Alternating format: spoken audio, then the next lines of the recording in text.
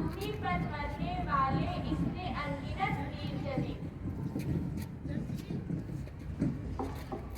जैसे इस अनंत में टिमटिम करते तारे हैं, वैसे इस मान्य जल में अनगिनत वीर सितारे हैं। उन्हीं सितारों में जन्मा वह भी एक सितारा है, जिसने मातृभूमि के हित अपने प्राणों को वारा है। टिमटिमाते उस तारे की अब तुम्हें लौ दिखाते हैं, कैप्टन मनोज पांडे की शौर्य गाथा सुनाते हैं। कारगिल युद्ध में भारत को विजय दिलाने वाले परमवीर चक्र से सम्मानित कैप्टन मनोज कुमार पांडे का जन्म 25 जून 1975 को उत्तर प्रदेश के सीतापुर जिले के रूधा गांव में हुआ था। मनोज बचपन से ही देश की सेना में जाना चाहते थे। वे हमेशा अपनी मां से वीरता, देश प्रेम और सत्य चरित्र जैसी कहानियां सुना करते थे। इसी कारण देश की सेना में जाने की इच्छा उन्हें शुरू से लेफ्टिनेंट की पढ़ाई पूरी करने के बाद उन्होंने राष्ट्रीय रक्षा अकादमी में दाखिला लेने के लिए इंटरव्यू दिया। सीट 1 साक्षात्कार।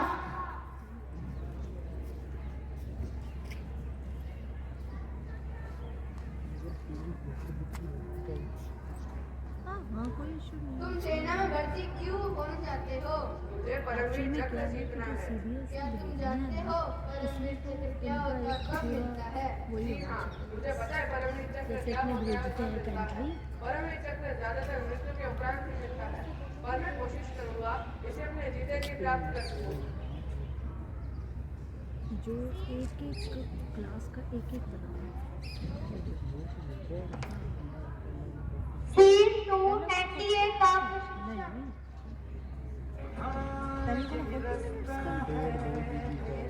इतना लंबा तो बनाना प्ले है ये, प्ले है, हिट मतलब से।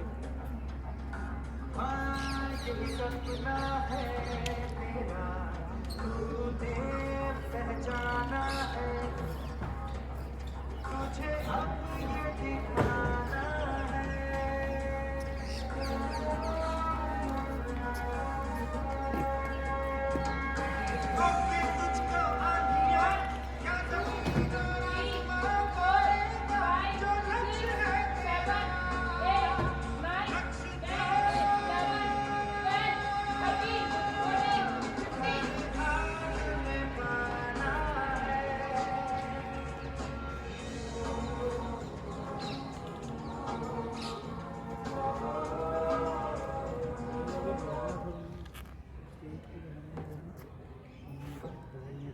कैप्टन मनोज पांडे ने राष्ट्रीय रक्षा अकादमी से अपना प्रशिक्षण सफलतापूर्वक पूर्ण किया और उसके बाद 11 गोरखा राइफल्स रेजिमेंट की पहली वाहिनी के अधिकारी बने। वह सियाचिन में लंबे समय तक 19,700 फीट की ऊंचाई वाले पहलवान चौकी पर डटे रहे और अपनी भारत मां की रक्षा करते रहे। कैप्टन मनोज पांडे ने कई मिशन पर सफलतापूर्वक कार्य किए और देश का हमेशा मान बढ़ाया। मनोज पांडे की टुकड़ी सियाचिन की चौकी से होकर वापस आ रही थी और तभी 3 मई 1999 को उन्हें कारगिल युद्ध का संकेत मिला और इस वीर योद्धा ने आराम की बात उठा दी और फिर से तैयार हो गया दुश्मनों को धूल चटाने के लिए। सीट 3 माता के साथ फोन पर वार्तालाप।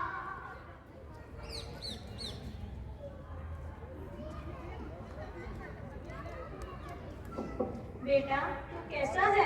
हाँ, मैं अच्छा हूँ। बेटा तू कब वापिस आएगा? हाँ, मैं अभी नहीं आऊँगा, मैं बहुत बड़ा कार्य करके आऊँगा। कहीं तुम युद्ध पर जाने की तो बात नहीं कर रहे? मुझे मेरी मातृभूमि का कर्ज चुकाना है।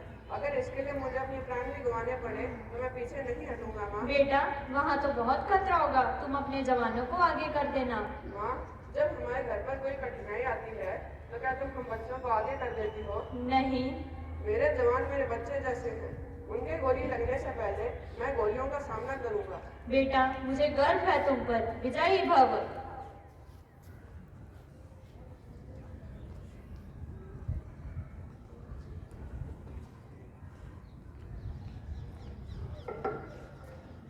वो पहले अफसर थे जिन्होंने खुद आगे बढ़कर कारगिल के युद्ध में शामिल होने की बात कही थी। अगर लेफ्टिनेंट चाहते तो उन्हें छुट्टी भी मिल सकती थी, क्योंकि वह अभी अभी सियाचिन की चौकी से होकर आए थे। पर देश प्रेम का जज्बा उनके खून में भरा हुआ था, जिसके कारण वह आगे आए और अपने जीवन के सबसे निर्णायक युद्ध के लिए 2 और 3 जुलाई 1999 को निकल पड़े।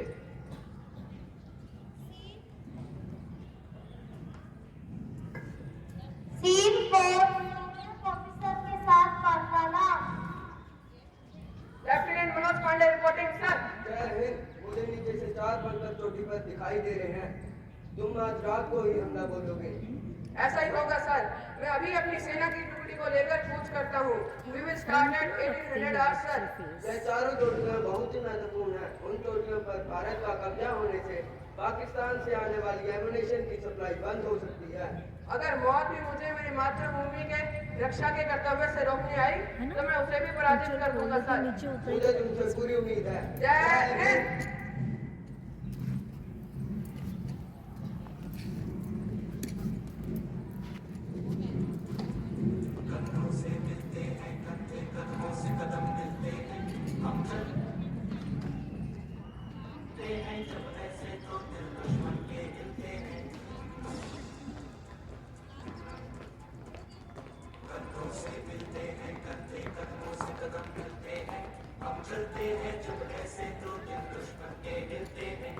अब तो हमें आगे बढ़ते हैं रहना, अब तो हमें साथी है बस इतना ही कहना। अब तो हमें आगे बढ़ते हैं रहना, अब तो हमें साथी है बस इतना ही कहना। अब जो भी हो शोला बन के पत्थर है पिघलाना, अब जो भी हो बादल बन के पर्वत पर है छाना। कदमों से मिलते हैं कंधे, कदमों से कदम मिलते हैं, हम चलते हैं जब ऐसे तो दिल दुश्मन के हिलते हैं। कदमों से मिलते विश्राम।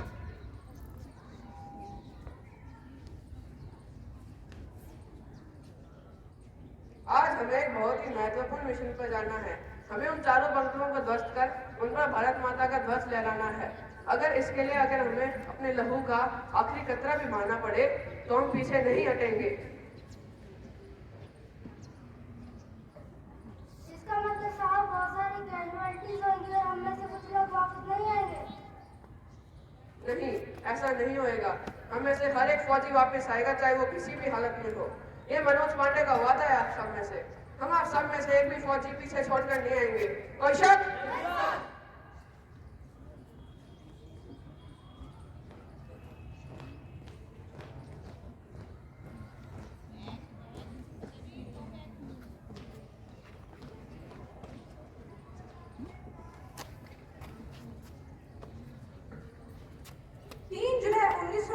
की गहरी रात को 11 गोरखा राइफल की रेजिमेंट अपने अंतिम लक्ष्य की ओर बढ़ रही थी।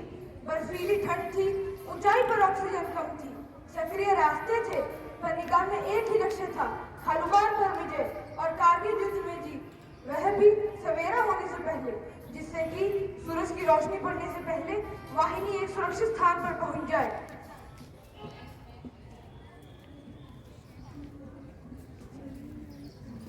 सैनिक टुकड़ी लेकर के रणभूमि को वीर चला, अद्भुत अधम साहस लेकर के हर बाधा को तीर चला। अंगारे आंखों में आगे बढ़ते जाते थे, दुश्मन से आंख बचाकर ऊपर चढ़ते जाते थे। तभी कुछ आवाजें सन्नाटे को भेद गईं, थक थक करती गोलियां उनकी छाती को भेद गईं। तभी उस वीर बहादुर के मन में क्रोध का लावा फूट पड़ा। ऐसा लगता था कि उस पर माता काली की छाया हो, दुश्मनों के रथ से खप्पर भरने आया हो। उसकी AK-47 आग उगलती जाती थी, मैदान साफ हो जाता था, जिस और दृश्य पड़ जाता था। ढेर लगा लाशों का वो आगे को बढ़ता जाता था, जिस और दुश्मन का बंकर था वह निर्भय हो चलता जाता था। दुश्मन के बंकर के पास पहुंच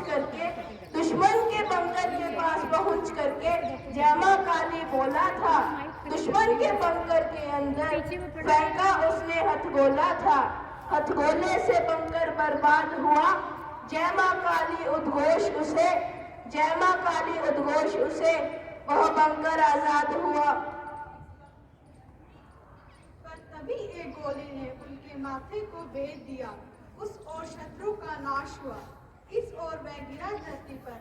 फिर बोला सैनिक टुकड़ी से, है कसम इस मिट्टी की, तब तक नहीं मरूंगा मैं, जब तक जीत नहीं मिल जाती, अपने प्राणों को नहीं छोड़ूंगा मैं। फिर विजय पटाखा लेकर के विजय चोटी पर फहराया, सैल्यूट किया उसने अंतिम, फिर सैल्यूट किया उसने अंतिम, अंधियारा आंखों में गहराया, जीवन ज्योत पूजा करके राष्ट्रीय दीप प्रज्वलित किया। धन हो गए हम गाकर वीरों का वीरगान, धन हो गए हम गाकर वीरों का वीरगान, नमन कोटि है उनको राष्ट्रीय हित जिन्होंने किया दहदार।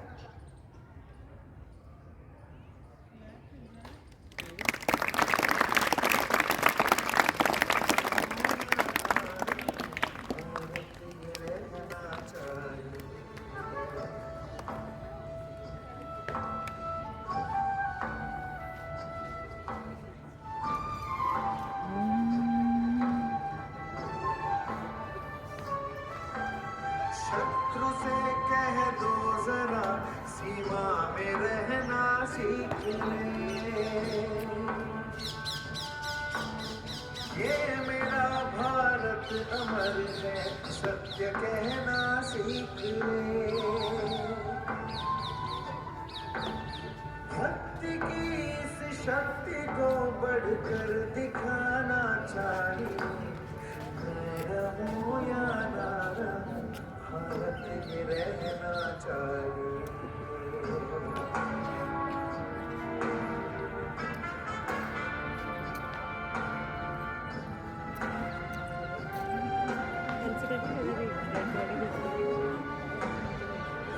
मुझे सौगंध भारत, भूलूं ना एक क्षण तुझे, रक्त की हर बूंद तेरी है अर्पण तुझे। युद्ध ये सम्मान का है, मान रहना चाहिए, मैं रहूं या ना रहूं भारत ये रहना चाहिए, मैं रहूं या ना रहूं भारत ये रहना चाहिए, मैं रहूं या ना रहूं भारत ये रहना चाहिए। कैप्टन मनोज पांडे को उनके शौर्य और वीरता के लिए मरण उपरांत परमवीर चक्र से सम्मानित किया गया। उनके शौर्य तथा बलिदान के लिए पूरा भारतवर्ष हमेशा ऋणी